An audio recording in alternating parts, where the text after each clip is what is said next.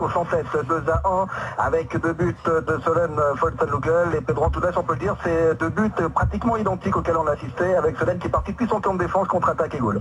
Oui, c'est vrai que bon, il faut dire que la Juventus elle fait un grand travail défensif, que ce soit avec Hélène Lutti, elle fait un excellent travail aussi, Katia, les Françaises, à force de vouloir absolument marquer des buts, elles se découvrent derrière. Elles ont souvent monté à 2-3 filles, attaqué à 3, et là c'est seulement une fille derrière, et c'est ce qui s'est passé.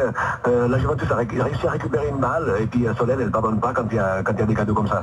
C'est vrai qu'on a tendance à mettre en valeur la fille qui s'illustre, en l'occurrence celle qui marque, mais derrière, vous l'avez souligné, il y a le travail défensif. Et vous parlez de Katia D'Almeida, elle est intéressante également comme joueuse, elle défend, c'est certes, mais aussi elle va à l'offensive, et puis elle tente des shoots, et ça peut être dangereux parfois. Hein. Absolument, Katia c'est aussi une fille qui a pris beaucoup d'assurance en elle, elle prend aussi, elle se développe, ça devient une fille qui est très intéressante, et très importante pour le ring hockey, pas seulement de la Juventus, mais aussi pour le ring hockey suisse. Elle a été en équipe nationale l'année passée.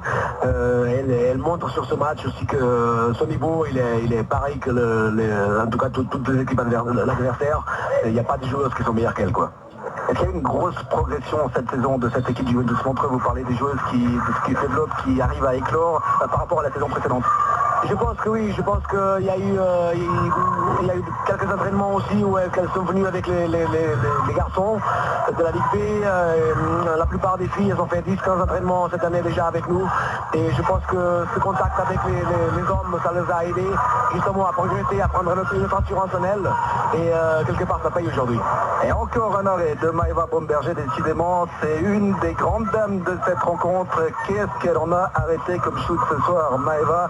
Magnifique performance du portier de la Juventus Montreux. Et puis de l'autre côté, il y a une possibilité pour les Jeux de la Riviera. Malheureusement, c'est Déborah Boudor qui n'arrive pas à se tourner correctement et ajuster la cage adverse.